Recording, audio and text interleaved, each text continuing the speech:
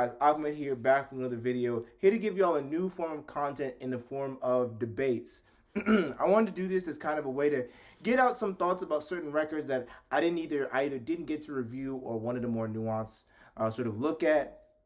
And this time, there's going to be two sections, right? Sometimes we'll review old records, sometimes we'll review new records. In this case, we're going to be reviewing two new records that came out last year, that being Tana Talk 4 and The Bible by Fabio Foreign.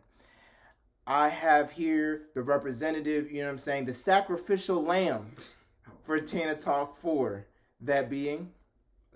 It's your boy, Colin Washington. Colin Washington. This is one of my best friends from my college. One of the greatest photographers. If you're in Atlanta and you need pictures taken, tap into this man right here. Link in bio. You feel me? I got you. Right. Instagram will be in link in bio. Check out his work. He was the one who really put me onto Griselda. And so... The best rap group out. I don't know. Who's better than Griselda right now? See, but you're not going. ASAP. You're not going. No. ASAP falling off. Until ASAP Rocky come back, it's not ASAP yet. Okay. I ain't gonna lie, bro. Highbridge, and you don't know because you don't listen to like regular shit, bro. You listen to like Rock Marciano, bro. You listen to weird shit, bro. I listen to great music. Okay, and it's a wide range. And who's this guy? No. See, who's this guy? I said Highbridge. He said, "Who's this guy?" This is how we already know, bro. Highbridge is a label group in New York. Don Q, A Boogie, and Trap Manny. But yeah, arguably one of the best rap group. Arguably the best rap group. My bad, the camera froze. So yeah, arguably one of the best rap groups, out right now, Griselda. But yeah, let's get it straight into it. This is just a debate between me and Colin, between Tana Talk 4 and the Bible. So let's talk about it. We're going to have this in 3 rounds. I'm going to have a timer. So we get 2 minutes to state our claim about the appeal of each record in each category. And then we get 1 minute to rebut the other person. So the 3 categories are going to be, first up, originality. Number 2, content. Number 3, soundscape. And so you want to do it first? You want to go first? You want me to go first? You got it, bro. All right. So first one, we'll start with originality. And like I said, the first round is just us talking about we're not going against the other record. We're just talking about the appeal, the great parts about this record in this certain, criteria. So starting off with the Bible, I would say the main allure when it comes to originality is the gospel-infused production on things like Through the Fire, and just generally the cinematic production that you have, the grandness that you have in that production. A lot of drill albums up to that point were very dark and concise. This was one of really the first drill albums that you had that had a very bright view with songs like Magic City, City of Gods, and Through the Fire. There were so many intricate production choices that were very, very different from what we had seen from prior drill. For example, implementing sort of computer sounds in something like Changed On Me is something that's just very different and, not really often seen. Of course, you have the general originality of Favi, who is constantly pushing the ad-lib game and constantly pushing the atmosphere of what he's trying to do in a way that only he really could. And that is definitely another thing that I feel like, again, no one else is really doing nowadays. The other thing I definitely feel like from an originality perspective that he is doing is the amount of flow switches that he has in his songs to really give life to these drill beats and make the presence even more intricate, because he could just rely on like I said, the celebratory, the bright nature of the beats. But in songs like Changed On Me, in songs like Magic City, he has these different flow switches that are really good. I also think that in drill, while we do have a lot of collaboration, I don't think that anybody had really mastered the art of chemistry in a certain way with other artists in the way that Fabio Foreign did on songs like Magic City, on songs like City of Gods, where he gets these people from totally different worlds and really brings them together in a really... That is the same time. And really brings them together. That's crazy. and really brings them together in a way that is not often seen in music in general. My 2 minutes is up. We're gonna give Colin his time to shine. So, just like looking at the track list, as far as originality goes, it is kind of difficult. I'm not gonna lie, considering like given Benny's background and how he's used his his upbringing in the street game or whatever, and just implementing that into music. Like I said, it's kind of hard to you know show a level of originality like project to project. However, one thing I have noticed is kind of his like maturation in the music industry and how he's like, oh shoot, his maturation in the music industry and how he's navigating his I guess intimate relationships, how he's navigating just execs, like just music business people, and still trying to have that street mindset where you're still trying to get a bag out here. And so I feel like his subject matter is kind of the thing that has been that I've seen to be like pretty original in his work. And another thing, just oh shucks, I'm losing my second point. Why am I losing my second point? Oh yeah. So second point I had was just with like some of these songs like 10 More Commandments and Tyson vs. Ali, you could tell that these were like very conceptual, and you don't really see that a lot in Benny's catalog. So like I said, these were very although they were like two songs, it was kind of like, I don't know, I guess like a precursor into like maybe a more conceptual album from him. But for a while you didn't think he had that in his bag until he popped out with it. So I think that was pretty original. Solid, and your 2 minutes are up. Really good points, man. I was kind of surprised, but I liked it. I'm gonna get started with. Be surprised on. Bro, why you disrespecting me, man? Cause fuck that nigga. No disrespect to any. Obviously, you know what I'm saying. We're gonna be sort of picking apart the intricacies of this record. No disrespect to Favi or Benny the Butcher. You saw where I put both. I put both of them in my top 10. I love both records, and so no disrespect to either of them. But right now it's fucked. I hate this nigga. All right, so this is at this point I'm gonna take the time to kind of rebut some of my man's Colin's points here.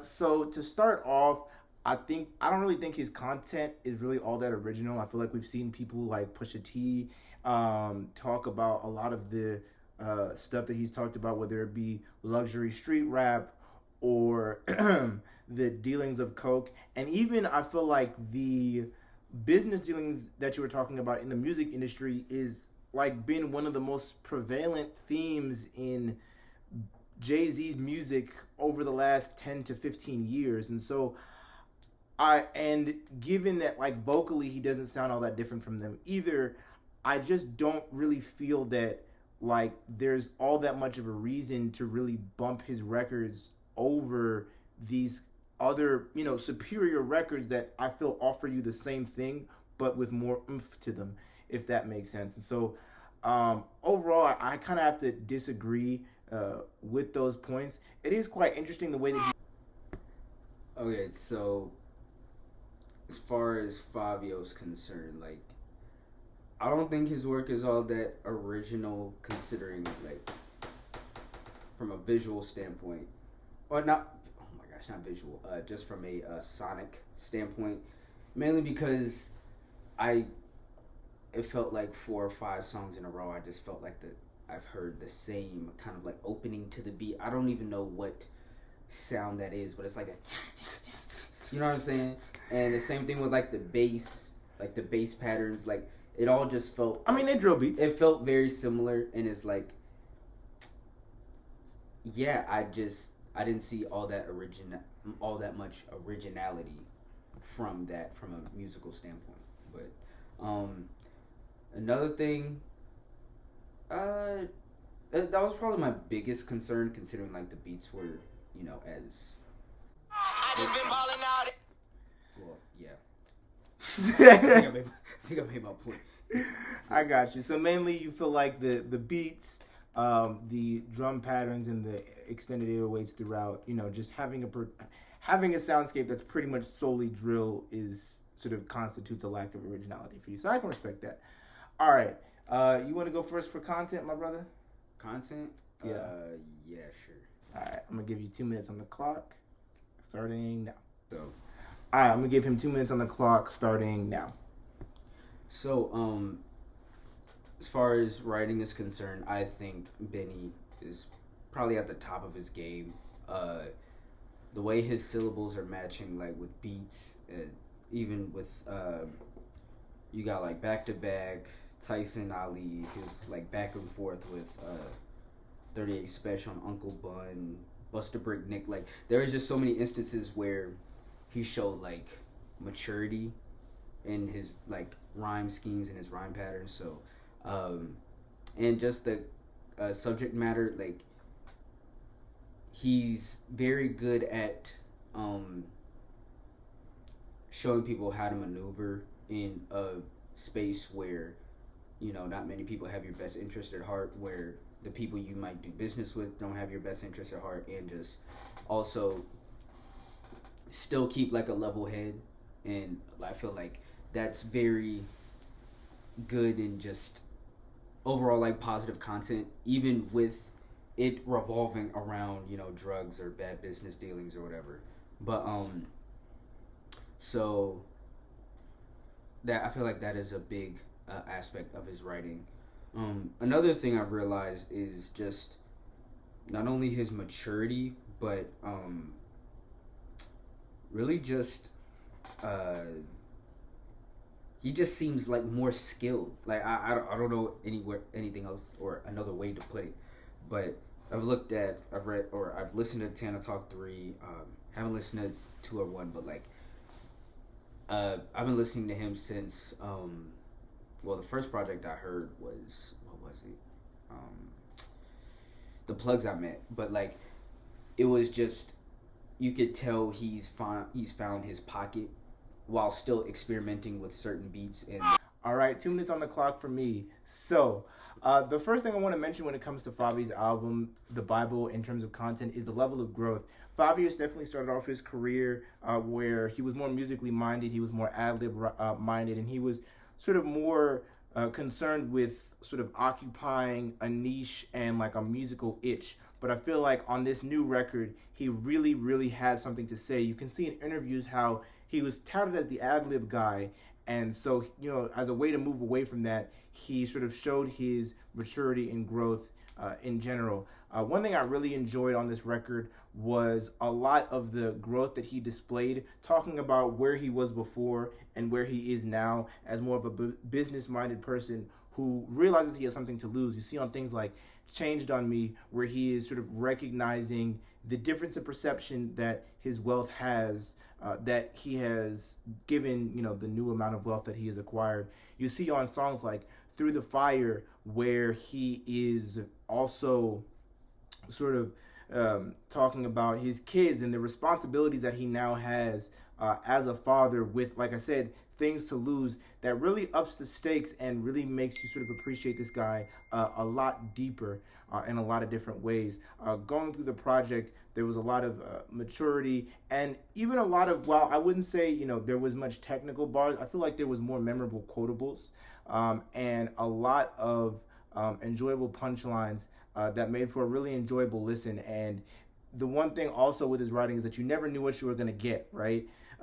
You never knew what he was going to say next, and that was a really, really fun experience, was the unpredictability with his writing, especially on some of those more fun hit tracks, right, where you wouldn't expect the writing to be up here, top-notch, but he is still giving you these great rhyme schemes and just fun, enjoyable punchlines on things like Magic City and Slime Ball.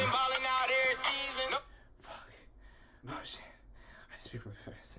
All right, go ahead. All right, wait, let me get you. All right, so that was the content section. Now we're going to get straight into his rebuttal. So let's do it. So, as far as the writing goes, like if we're comparing, like writing, it I really think it's no contest. I'm gonna just be honest with you. Like, I never really got anything clever from him. Now, I'm not too well versed on Fabio's like catalog, so I'm just gonna take his Ahmed's word for his growth. But even then, if we're still comparing like Fabio's Bible to Tana Talk 4, I really believe it's a no contest simply because of Benny's complexity and his ability to show that like early on, and you could see his influence, and you could see like Conway's and even older guys like Jay-Z or Pusha T's influence on him, where he just has elite flows and elite just he just does a really great. I just been balling out every season. It's hard. Oh wait, hold on. That's what she said. What? Huh? What? All right, hold on. What's going on, guys? We're back. Computer froze a little bit, but we still here. So I'm gonna get into my rebuttal for the writing of Benny the Butcher's stuff. So the thing I feel that Favi has from a content perspective over Benny the Butcher is generally the far more expansive subject matter that he has. I feel like Benny the Butcher was really one note in what he had to say, where it felt like either there was just letters to the streets or cocaine bars. And while of course he does those things really, really well, there's only so many times you can flip, say, just talking about coke lines until it gets tiresome and also predictable, which is definitely something that I felt throughout the listen. Was eventually, by the time we get to the bottom, as much as I love songs like Brick to Brick and Gurio with Westside Gunn, they felt very predictable in what the content was going to be, and even bar for bar what was going to happen. And I didn't really get that sense with Fabio's album. Also, there was like I said, a lot of like themes and content that I've heard from other artists and presented. Damn, nigga, what the fuck? Nah, I'm telling you, that shit is fast. Sheesh. All right. Now I know how she feels. Wait, what? Whoa, what? You're wilding. You're wilding, dog. Damn. This nigga is not a freak in the sheet. Oh, man. That's funny, bro. That nigga said funny. Minute Maid for real. Minute Maid is crazy. Yo, I never heard Minute Maid, bro. Oh, God. All right, so we're going to get into soundscape and general musical execution now. So this is, I think, the strongest part of Fabio Foreign's album, in that there are so many different song ideas. Whether you have the hard, aggressive songs such as Slime Them and Confident, the more cinematic tracks like I talked about with Changed on Me, City of Gods, and Through the Fire, or just the more soulful tracks like Can't Be Us, Whoever, and For Nothing. There were so many different song ideas that I feel like landed so well. And one thing I really loved about Favi is, despite the fact that you may think that he operates in this small niche, he doesn't stop experimenting. He doesn't stop coming up with new things, and that's really, really cool. But for the most part, you know what I'm saying, I'm not going to say the album has no misses, but you can also tell that for the most part, he listened back to a lot of his stuff to make sure that it sounded good. Because in my opinion, there was a lot of ways for songs like Magic City and City of Gods to go horribly wrong, but he made sure that sonically they were appealing and they were tight and they were concise, and that was really, really dope. And it makes for this listen to where it feels like this entire experience that you're really getting. And that's something that really throughout the entire like New York list, maybe besides like Conway, there's no one else who I feel like presents, and a Boogie Verse artist, there's no one who presents so many different song ideas. I think that's what's so impressive. Also the fact that I feel like there was a lot more volume and filled up space in his production and flows. There was nothing that was like got boring or tiresome, and especially some of those flow switches, man, really keep you engaged, even if the beat is more somber and it's about what he's saying. there's ways that he, even with his ad libs and his flow switches, still keeps you very, very engaged, which is insane. And so with all that going on, you really get this product that is like musically just so dense with so much going on and so much fun to listen to. And it's interesting because I feel like every time I listen to it, man, there's more to get from the record. GLHF on it. All right, 3, 2. Oh man. All right, and we're gonna give him 2 minutes starting now. So, looking at Tana Talk 4, well, actually, kind of backtracking to Burden of Proof, you see how he is actually a little more experimental in the fact that he wanted to make like more, he was rapping on more like commercial like beats, but when you look at Tana Talk 4 and songs like, you know, Johnny P's Caddy, Weekend and the Perrys, Tyson vs. Ali, Buster Brick Nick, like a lot of these songs are a little more groovy, and while I was listening, at least, like it felt like a smoother like listening experience, whereas you go back to, you know, the plugs I met 2 or the original plugs I met, Tana Talk 3, like these were more like grimier like albums, right? And so although Burden of Proof was a step in like I guess a more commercial direction, Tana Talk 4 was a step in just a groovier perspective, or a groovier direction, where it was something that you could definitely beats that you could, you know, play in the car, and, you know, you could just bob your head even without like listening to the lyrics. Whereas, you know, like I said, like some grimier beats like Sunday School or 97 Hove, stuff that'll just make you like scrunch your face because you're listening to every word and the beat is grimy, you know what I'm saying? But this, as far as the soundscape goes, this was definitely one of his like groovier, smoother listens. So is that it? Or yeah, you know. Yeah. So I'm gonna give myself now 1 minute to speak on some of what I think are the things that put the Bible over Tana Talk 4 from a musical perspective. 3, 2, 1. So one of the problems I have the biggest with Tana Talk 4 is this repetition. From the features to the beats, I feel like there was a lot of just stuff. There was a lot of song ideas that were repeated over and over again, and stuff I felt like there was so many songs where it was just like fun into creepy, just so many times that it just kind of felt like y'all could have taken XYZ off. Also, I feel like from a feature perspective, one of the things that I feel like a feature is supposed to add is a sense of musical direction to each song. But I didn't really get that on this album. Generally, I feel like all the features kind of offer the same thing as Benny did, but to like larger extent, which for some records is cool, but for this one really fell flat. I feel like the main 2 song ideas were just like Love Letter to the Streets and, you know, grimy coke rap. Versus you can't compare that to Fabio, like I talked about. There's so many different ideas. You got a love song on there, sample flips, everything. I just been balling out every season. That was quick. That was you know, everything that you could ask for from an album. Damn, that was dummy quick. All right, so let's get into this. You have 1 minute to you know, talk about why you feel like the Bible just musically just ain't it compared to, you know, Tana Talk 4. So when it comes to the Bible, I just there was a lot of repetition in sounds. I got a lot of those.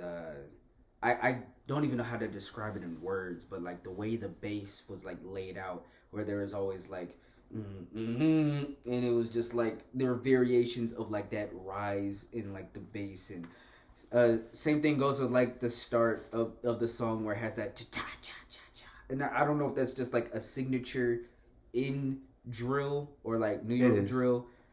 Regardless, it's very like repetitious, and like it got to a point where like I knew Fabio's flow because I knew the beat. Like regardless of if I heard the song or not, like I could already tell what pocket he's gonna go into because I could tell what the beat is doing. And it just got to a point where, like, okay, let's just hear what he has to say now. I just been balling out every season. Know it's some Great points. I like that. That was you feel me? Solid. You feel me? Okay. With that being said, that is going to be this episode of Debates. Let me know what y'all think in the comment section below. This was a really fun video to do. Really cool to get my brother out here and sort of talk about some really good records. And so, yeah, with that being said, guys, have a good day, y'all. Peace. Yep. See y'all. What's that gonna